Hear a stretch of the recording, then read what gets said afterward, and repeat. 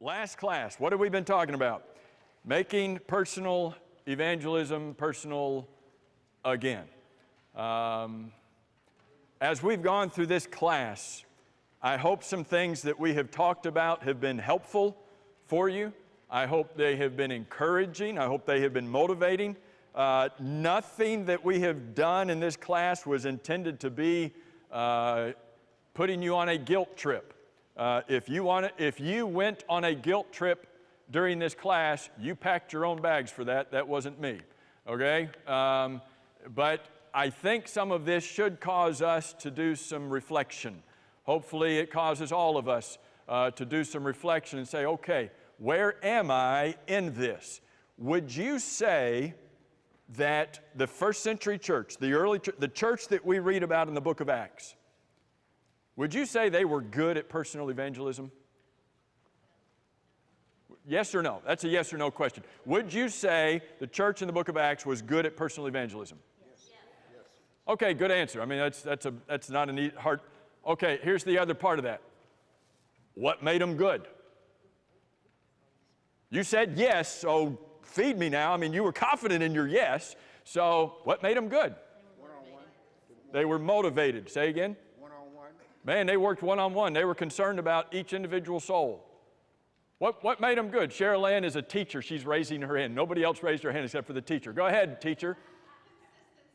Consistency. That's hard sometimes, right? Jim? Spirit of God in them. Okay. They had the Spirit of God in them. They were effective. They were motivated. They were determined. And when they started being persecuted because of what they were doing, can you imagine being persecuted for preaching about Jesus? We might start doing more than just imagining that, but seriously, what we have put up with, even recently, seriously, is nothing compared to them. All right, read Acts chapter 7, what happened to Stephen. You have not yet had people throw boulders at your head and kill you, okay? But it was Acts chapter 7 where they threw boulders and rocks at Stephen's head and killed him. And it's in Acts chapter 8 that says they were persecuted. Not just Stephen, the rest of the church was persecuted. And what did they do? They went everywhere preaching the word. Well, what got them persecuted to begin with? Preaching the word. They left town, and what did they do? Were they a different breed than we? I mean, what's the deal? Were they? Pardon? They believed it was their job. It wasn't just that they were eating their Wheaties, okay? They believed this is what we've got to do. They had blood running through their veins. They breathed oxygen the same as we do. I mean, there's nothing different on a molecular physical level.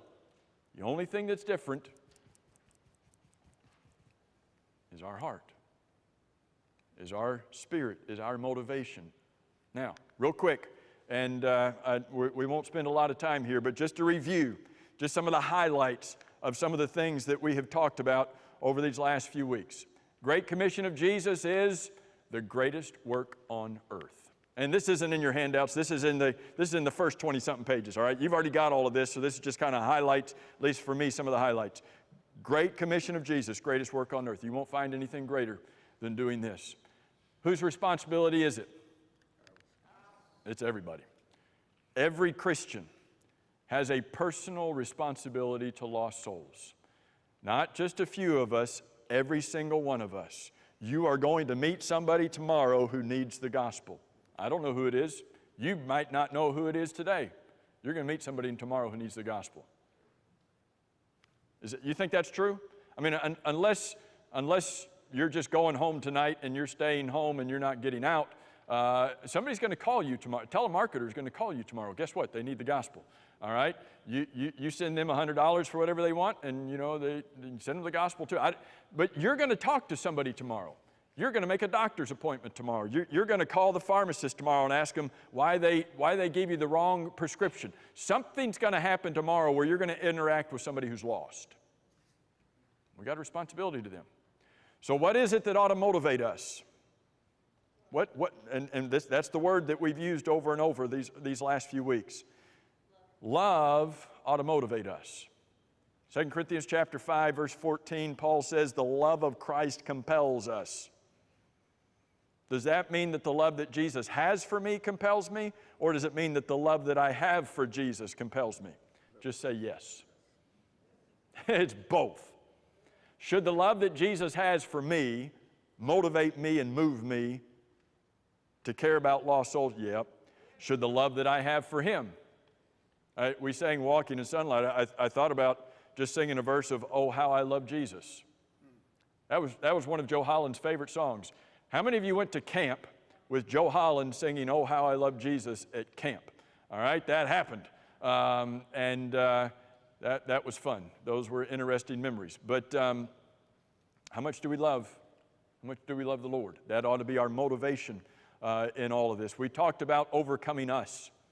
Overcoming whatever fears, obstacles, excuses that we might make, whatever those are, identify them, say, that's why I'm afraid to do this, that's why I won't do this, and wipe it out. Do whatever you've got to do to overcome that hurdle, because that, whatever that is, it cannot stop us from doing what the Lord has called us to do.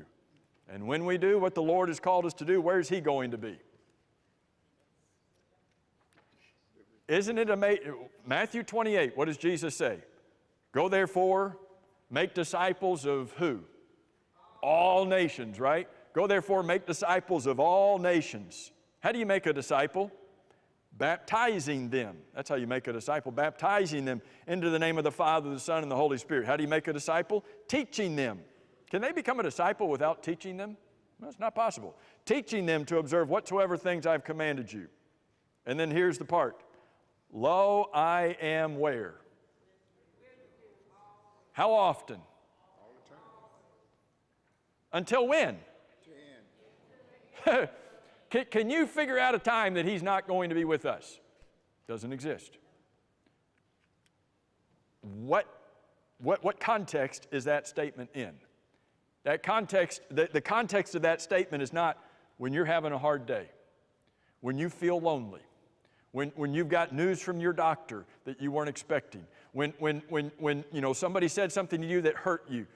Now, is God with you in all of those circumstances? Yes, yes, yes, yes. But what's the context of Him saying this? Great Commission.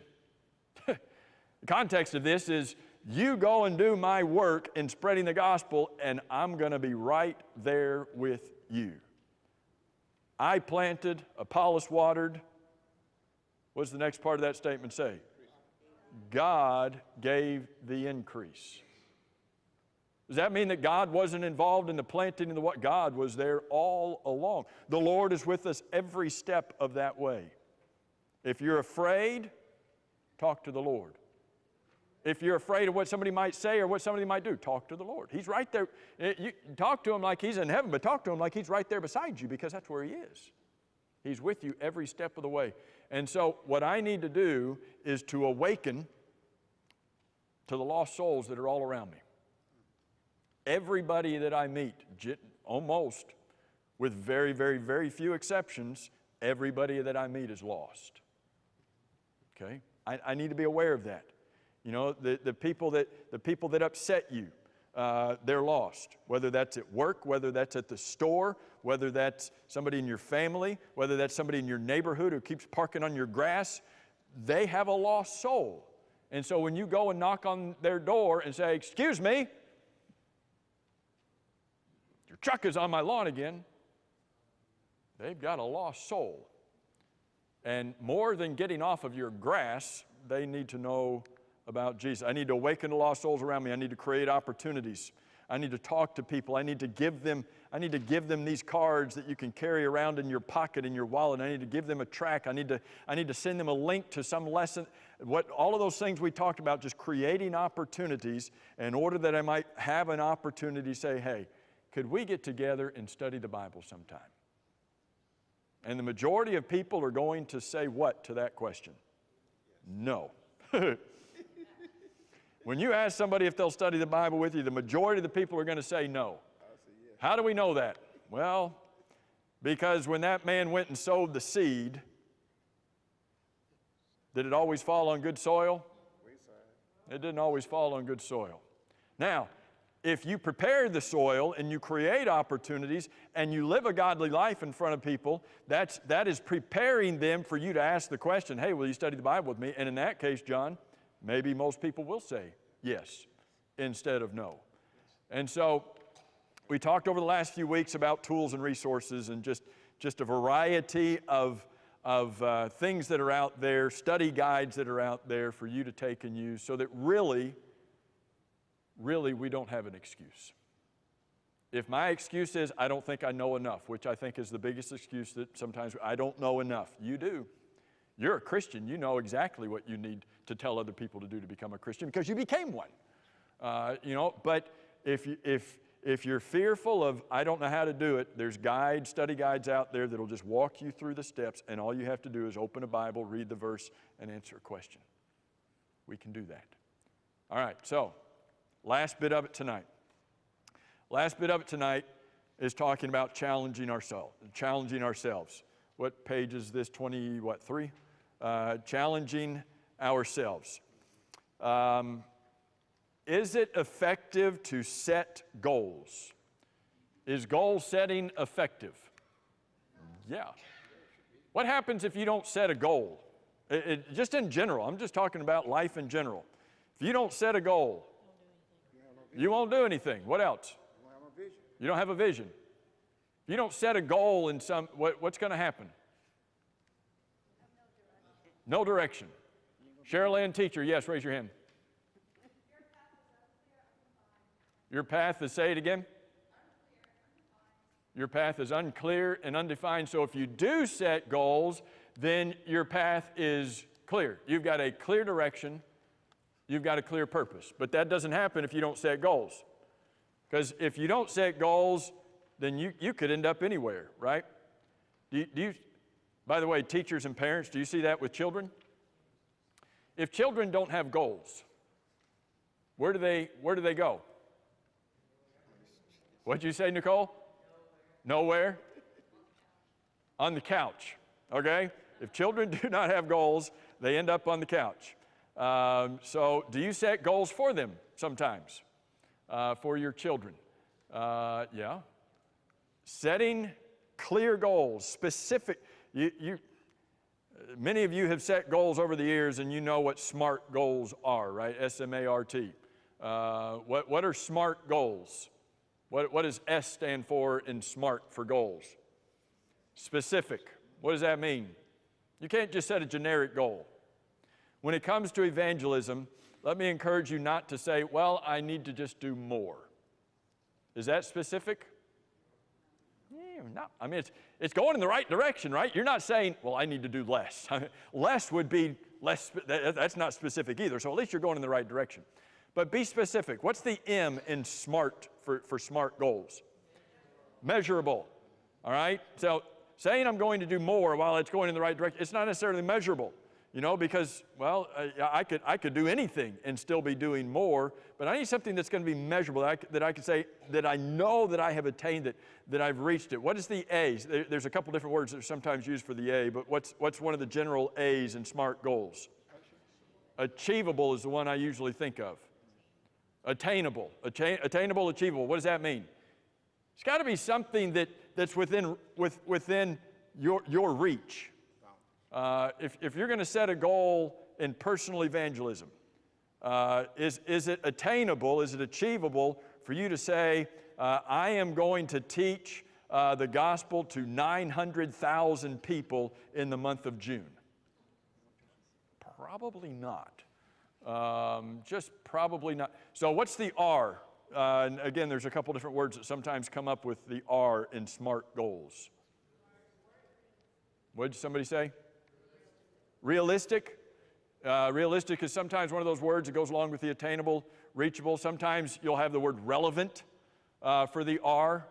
What does relevant mean? It's got to fit what I'm even talking about here. It's got to fit within the scope. And then the T in SMART, and these are, I don't even know why I'm talking about this, probably because Joe Holland drilled it into my head about setting SMART goals. But the T is time sensitive. And sometimes there's other T words that come along with those SMART goals. But time sensitive, it says I need to set a date on this. When let me be more specific with this question. Ladies, I was going to put it in general terms, but that wouldn't work. Ladies, when you were looking to get married, did you set a date? Notice I didn't ask the guys. Ladies, when you were looking to get married, did you set a date? Because I didn't ask the guys, because the guys would be like, yep, we'll do it. When do you want to do it? Whenever. Just tell me when and I'll show you. Because guys are like, what? But the ladies are like, we're putting it on the calendar right here, right? So there's a date that's set. Time-sensitive goals means I want to meet this goal, and here's the date. Since I keep mentioning Joe Holland, I'll mention him again. Joe Holland used to say that the calendar drives things. Do you notice that to be true? Calendar. When you put something on a calendar, does that make a difference? Now, for some of us, with our electronic calendars, we're like just, I didn't meet it. Copy, paste over here 4 weeks later, and I'll just see if I can meet it over there. But generally speaking, if you plug something in on a date, you need to say, I'm going to meet it by that date.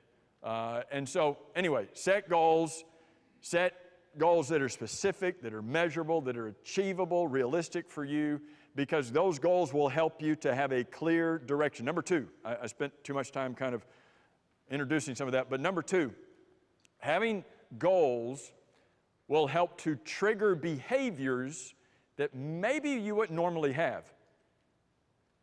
Does that make you think of raising kids? When you set goals for your kids, does that sometimes cause them to do things that they wouldn't normally do? Yeah. When you set goals for your kids and say, we're going to do that, would your kids normally clean up their room on their own if you didn't set that goal for them? And you're like, they don't do that even when I do. But if you didn't set the goal, would they, and fill in the, so they need goals that will help them to manipulate behavior. So what about us? And again, we're in the arena of personal evangelism. If I set goals, it helps to trigger behaviors that I might not normally have. Now, these next couple kind of fall in line with that same concept. But number three, when I set goals, it helps to keep me focused. When you play football, now, I've known of players who intercepted a pass and then ran the wrong way after they intercepted. Or I've known of players, seen players that picked up a fumble and then they started running the wrong way. You've seen that happen? Yeah. And the whole team is like shouting, wrong, But generally speaking, when you're playing football, you're playing basketball, you know where the goal is.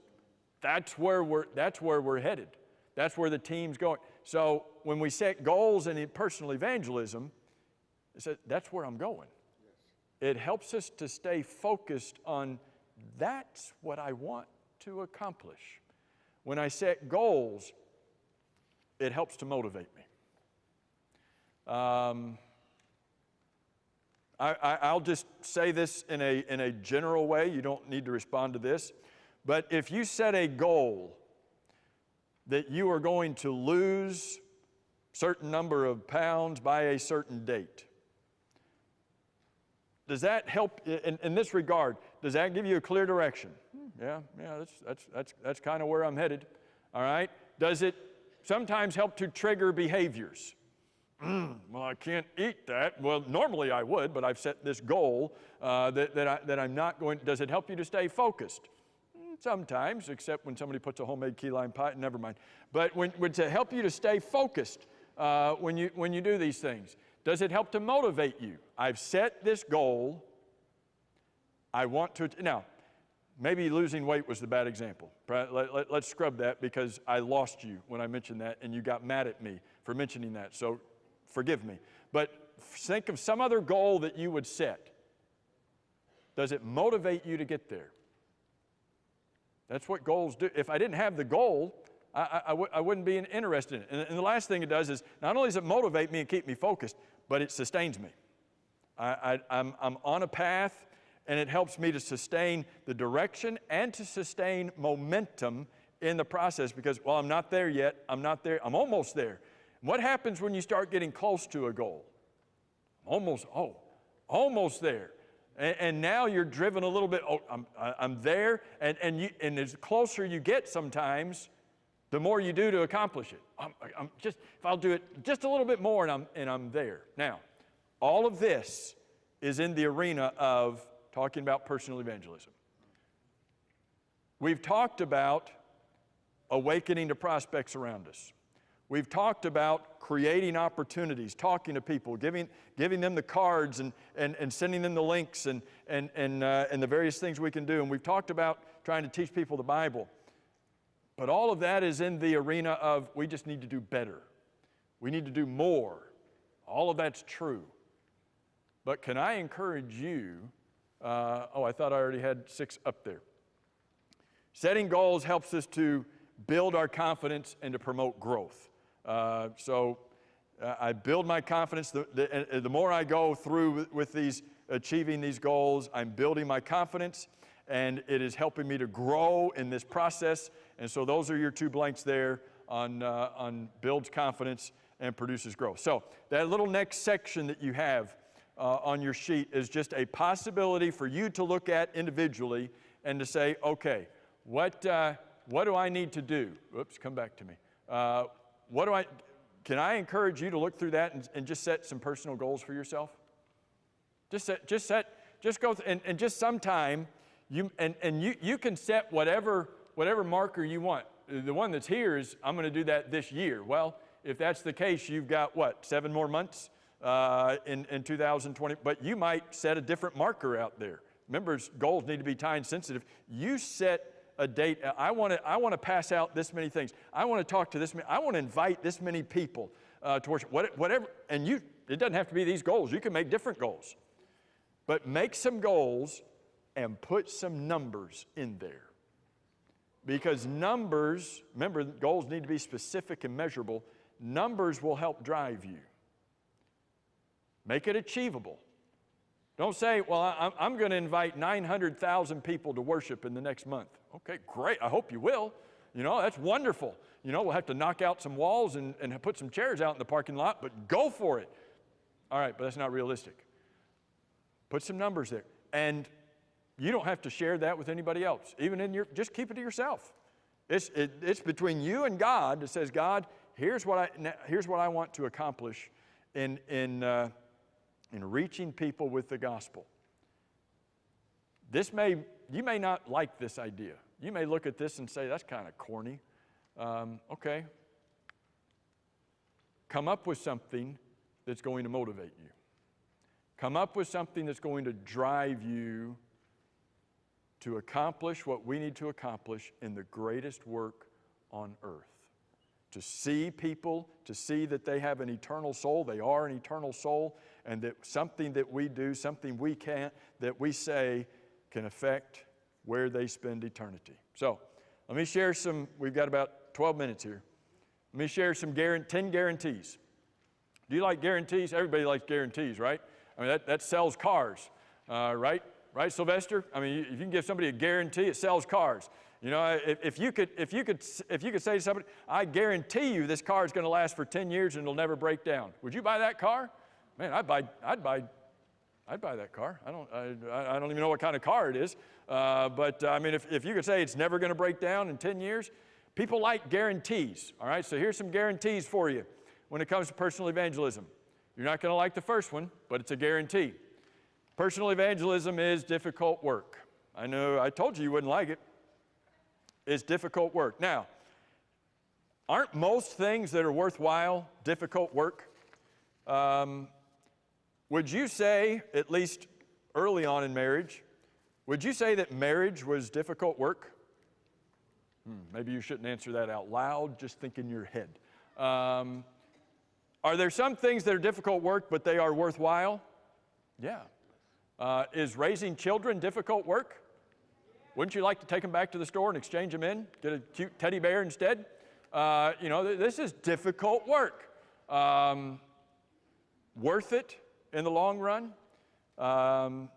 It's going to take some effort on our part, and there may be some things that are difficult about it, but we might say, well, doing nothing is a whole lot easier.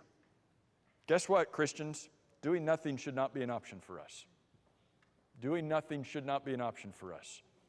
We need to get engaged. Now, it's not just difficult work. Tag this number 2 on right beside it. It is highly rewarding. Is there effort, difficulties, heartaches involved? Yeah. Is it rewarding? When is it rewarding? Tell me, personal evangelism, when is that rewarding? When you see the results. When is it rewarding? When somebody's soul is saved. You see somebody baptized into Christ, that's rewarding. When is it rewarding? As soon as you open your mouth and you start the study, you just feel it. Was that the teacher raising her hand? Okay, go ahead. Sorry, peripheral vision, I couldn't tell, and I know it wasn't Nicole because she doesn't raise her hand. Go ahead, Sherilyn.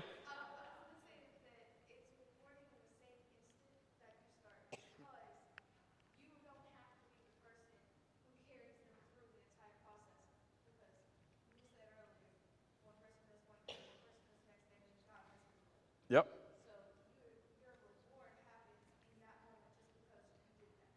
Okay. Your reward is right at that moment. The Lord is helping you through it. If I don't think I have a verse written down here next to this. If I were to write a verse here, and what Sherilyn says makes me think of 1 Corinthians chapter 3. If you want to write this next to rewarding, 1 Corinthians chapter 3, verses 5 through 14, is that whole section that talks about I planted, Apollos watered, God gave the increase. That's rewarding. That's God taking care of the reward. But you get down into the later verses there, into about verse 14, where he uses the word reward to talk about our efforts in personal evangelism. And there, he's even talking about the reward in heaven.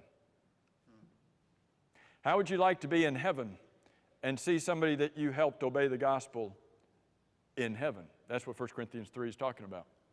Would that be rewarding? Not selfish pride, but thank God they obeyed the gospel, and they get to enjoy heaven with me. Now, difficult, yes. Rewarding. So the reward is twofold. It's now and it's then. It's now and it's in heaven. It's as soon as I start, as soon as I open my mouth, when I see results. Number 3, guarantee. Hardest part, getting started. So it's like some of our cars. Once you get it started, it runs okay. But boy, you just sit there and you pray that it's going to turn over. Sometimes the hardest part is just getting started. Overcoming those barriers. Opening our mouth. Asking the question. If we can just come over. But once we get started, this is okay. This gets easier. Now, this next one is likened unto it. Success breeds success. What does that mean? You sit down and study the Bible, and this is going to go along. Well, let me just put it up here because these are all different sayings, but they all kind of go together. You sit down and study the Bible with somebody, and you just caught the bug. You just caught the bug. When you sit down and study the Bible with somebody, you won't be satisfied with saying, okay, this study's over. Okay, I'm going to go back and watch the reruns of MacGyver again, and then we'll have another Bible study 10 years from now.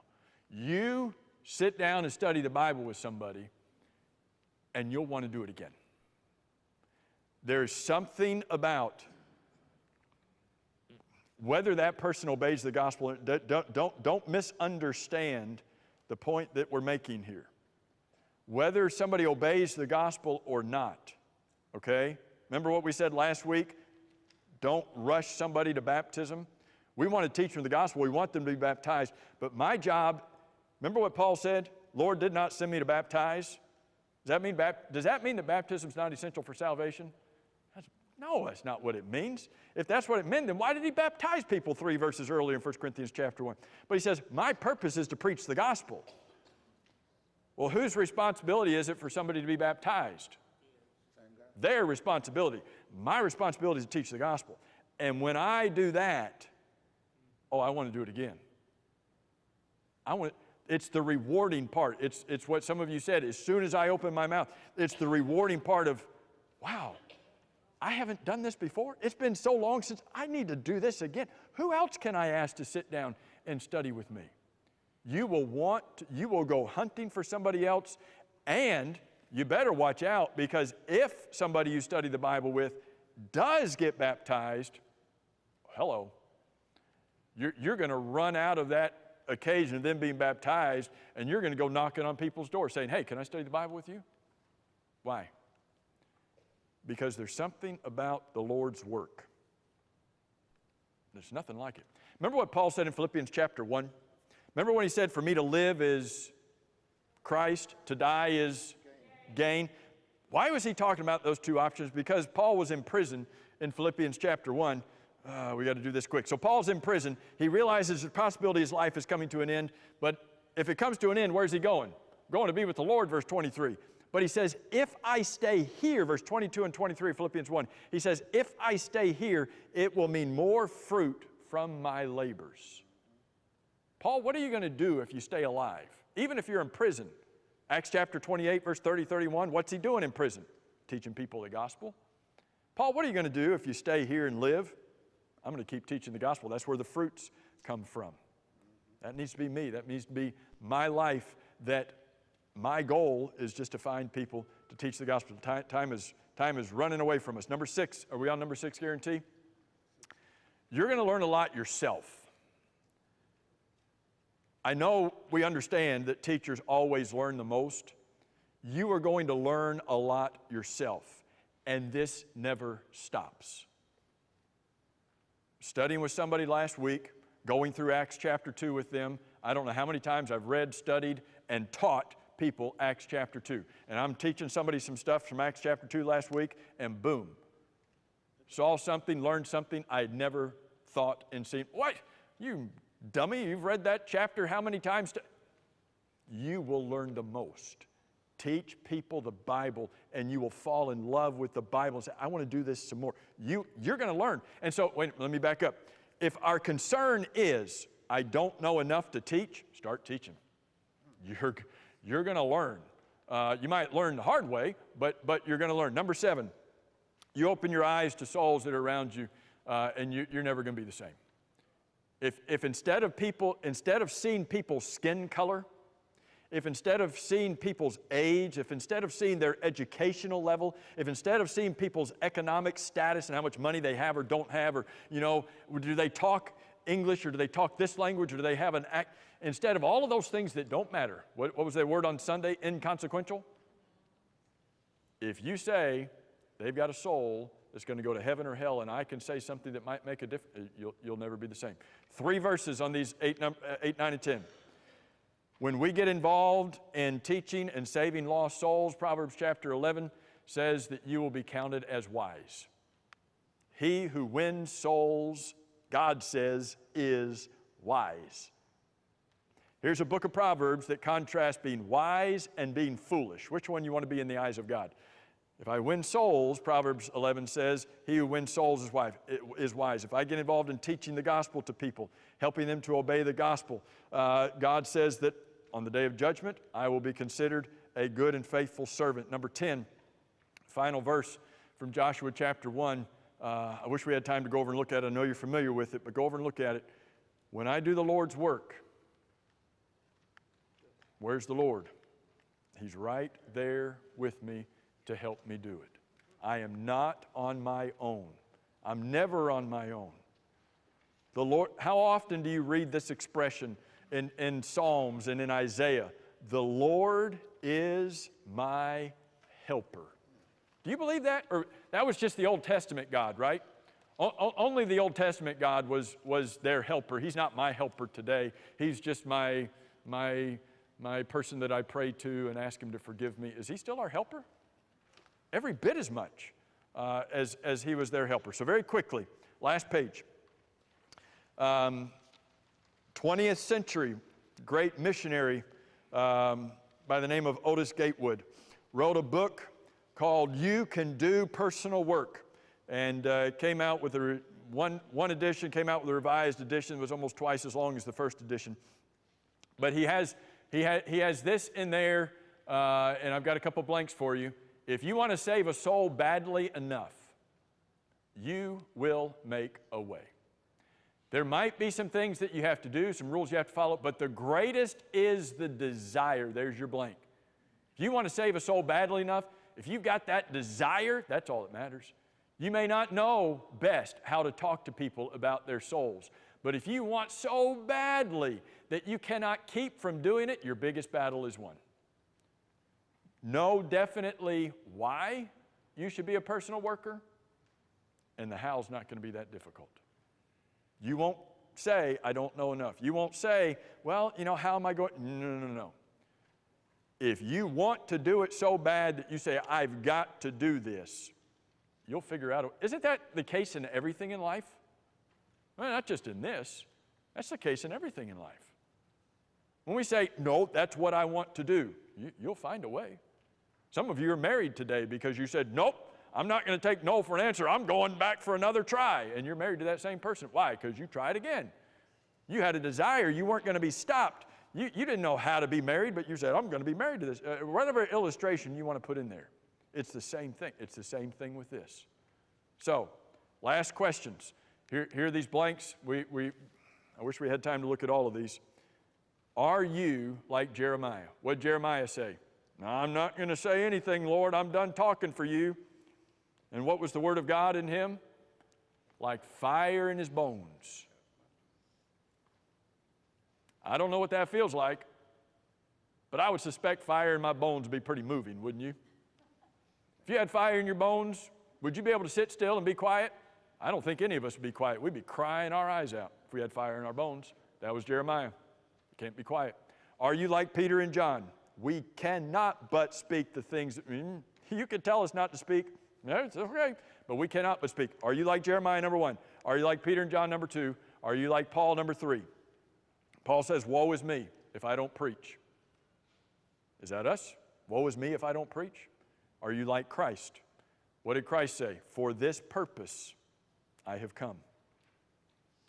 For what purpose have we come? This is our last class. This is it. For what purpose have we come? Have we come to get a job, have a nice paying job, live in a nice house, drive a nice car, leave our kids a nice inheritance? Is that why we've come? We've come for the same purpose Christ came, to preach the gospel, to seek and save the lost. We ran out of time here at the end, but I hope some of this has been helpful and motivating to us. If there's anything that I can do, that we can do to help you in teaching the gospel, if you set up a study and want somebody to be there, you let us know. But thank you all for your attention tonight.